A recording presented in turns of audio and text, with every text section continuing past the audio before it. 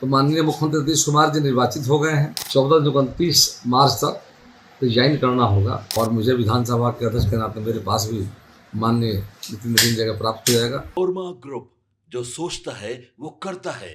आपके अपने सपनों का आशियाना।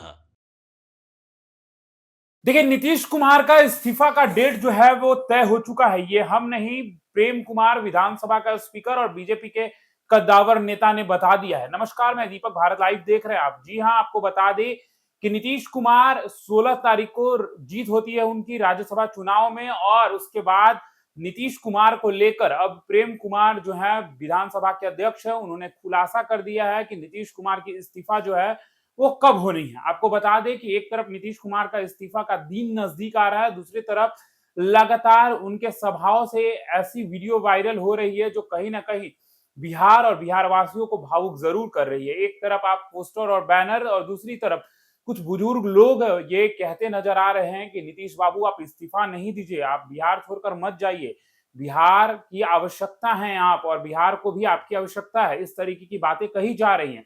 सबसे पहले आप सुनिए कि प्रेम कुमार क्या कुछ कहते नजर आए हैं। व्यवस्था बनी हुई है, कोई माननीय सदस्य निर्वाचन के 14 दिनों के अंदर में रिजाइन करना होता है। तो माननीय मुख्यमंत्री नीतीश कुमार जी निर्वाचित हो गए हैं राज्यसभा के लिए जाकर 30 तारीख तक, और माननीय वर्तमान में जो विधायक हमारे और आगे मतलब जाकर राष्ट्रपति से बनने जा रहे हैं नितिन नवीन जी, जो माननीय राष्ट्रीय अध्यक्ष हमारे जाकर के हैं, उनको भी 14 जो 29 मार्च तक रिजाइन करना होगा, अन्यथा पदोन्नत माना जाता है करके।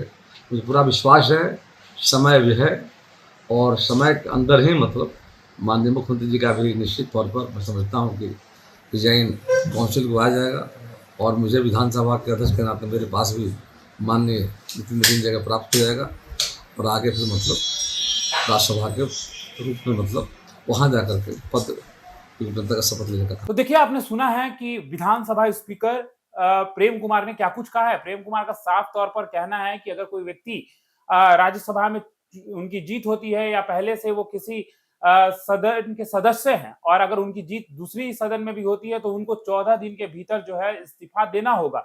यानी कि 16 तारीख को नीतीश कुमार की जीत होती है, और अगर 16 से आप 14 दिन जोड़ते हैं, यानी कि 30 तारीख के 12 बजे रात से पहले तक अगर नीतीश इस्तीफा दे देते हैं, तो नीतीश जो है वो विधान परिषद के सदस्य नहीं होंगे।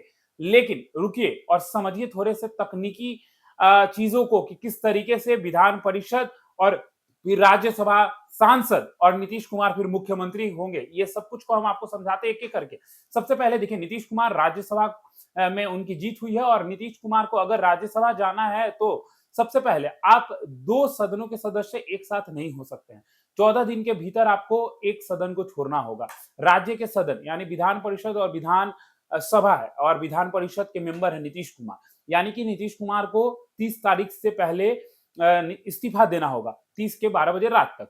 नीतीश कुमार जैसे ही वहां इस्तीफा देंगे, वैसे ही उसके बाद नीतीश कुमार राज्यसभा का जो है वो शपथ ले सकते हैं। अब ऐसे में ये कयास भी लगाए जा रहे हैं कि नीतीश कुमार अभी तक तो कहीं ना कहीं जो है वो दोनों पार्टियों को कंफ्यूज किए हुए हैं। दोनों पार्टी इन द सेंस, एक तरफ सत्ता पक्ष के बीजेपी को, और दूसरी तरफ विपक्ष को भी, कि आखिर नीतीश क्या करेंगे। लेकिन प्रेम कुमार ने देखिए भरोसा जताया है। भरोसा कहने का अर्थ है कि प्रेम कुमार ने कहा है कि नीतीश कुमार जी जो है वो 30 से पहले तक जो है वो इस्तीफा देंगे, और वो राज्यसभा को लेकर शपथ ले सकते हैं। अब आपके मन में चल रहा होगा, क्या नीतीश कुमार जैसे ही इस्तीफा देंगे वो मुख्यमंत्री पद से हट जाएंगे? जी नहीं, नीतीश कुमार मुख्यमंत्री पद से नहीं हटेंगे। नीतीश कुमार अगर राज्यसभा के सदस्य भी होते हैं, तो उसके बाद भी वो 6 महीने तक मुख्यमंत्री के पद पर बने रह सकते हैं। आपको नियम बता देते हैं। देखिए, नियम ये है कि अगर कोई व्यक्ति राज्यसभा का सांसद है और वो मुख्यमंत्री बनना चाहता है या मुख्यमंत्री है, तो उसको 6 महीने के भीतर राज्य के किसी भी विधानमंडल का सदस्य होना होगा। यानी कि विधान परिषद या विधानसभा का सदस्य उसको होना अनिवार्य है, अन्यथा फिर जो है नहीं बन पाएंगे अगर वो नहीं होते हैं तो। अब ऐसे में नीतीश कुमार अभी मुख्यमंत्री रहेंगे, उसमें कोई दो मत नहीं है। नीतीश कुमार अगर विधान परिषद से इस्तीफा भी देते हैं, उसके बाद भी मुख्यमंत्री बने रहेंगे। राज्यसभा के लिए शपथ लेते हैं, उसके बाद भी वो मुख्यमंत्री बने रहेंगे। लेकिन 6 महीने के भीतर अगर वो एमएलए या एमएलसी, मतलब दोनों में से कुछ नहीं बन पाते हैं, तो नीतीश कुमार को जो है वो मुख्यमंत्री पद छोड़ना होगा, क्योंकि राज्य के विधानमंडल में से किसी एक का सदस्य आपको बनना होगा। आपका क्या सोचना है कमेंट बॉक्स में हमें जरूर बताएं। फिलहाल इस खबर में इतना ही। बने रहिए भारत लाइव के साथ। धन्यवाद। आपके सपनों को हमने सजाया है, ई होम्स पैनोरमा को हमने बनाया है। ई होम्स मेरा एक सपना था जिस पे मैं पिछले 4 साल से काम कर रहा था। हमने जो बनाया है वो सबने है माना। ई होम्स पैनोरमा में हो आपका भी आशियाना। और फाइनली हमने 2021 में इस प्रोजेक्ट को लॉन्च किया। बहुत लोग अप्रिशिएट कर रहे हैं कि पूर्णिया जैसे शहर में, बिहार के, एक तो बिहार की बात करें उसमें भी पूर्णिया जैसे छोटे जगह में इस तरह का लाइफस्टाइल देना, ये सुन के हम लोगों को बहुत अच्छा लगता है। ई होम्स में हमने कुछ और भी किया है, जैसे हम जिस जगह में रह रहे हैं हमारे फैमिली सिक्योर हो, उनको सिक्योरिटी का ध्यान में रखा है।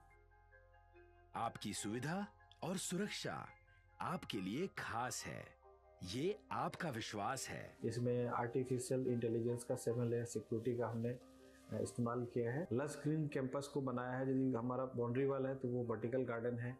ये जितनी भी फैसिलिटी होता है एक इंटरनेशनल टाउनशिप में ई होम्स है, ये हम लोग विश्वास नहीं कर पा रहे हैं। जो भी हमारे मित्र दोस्त या जो भी हमारे बाहर के बाहर आते हैं तो हम लोगों को बहुत अच्छा सुनने को मिलता है और बहुत अच्छा क्रेडिट मिल रहा है। वो सारा हमने सिर्फ एक बिल्डिंग नहीं बनाया, हमें एक बहुत अच्छा लाइफस्टाइल दिया ई होम्स में, और मेरा एक सपना था जिसको मैं आज फुलफिल होते हुए देख रहा हूँ।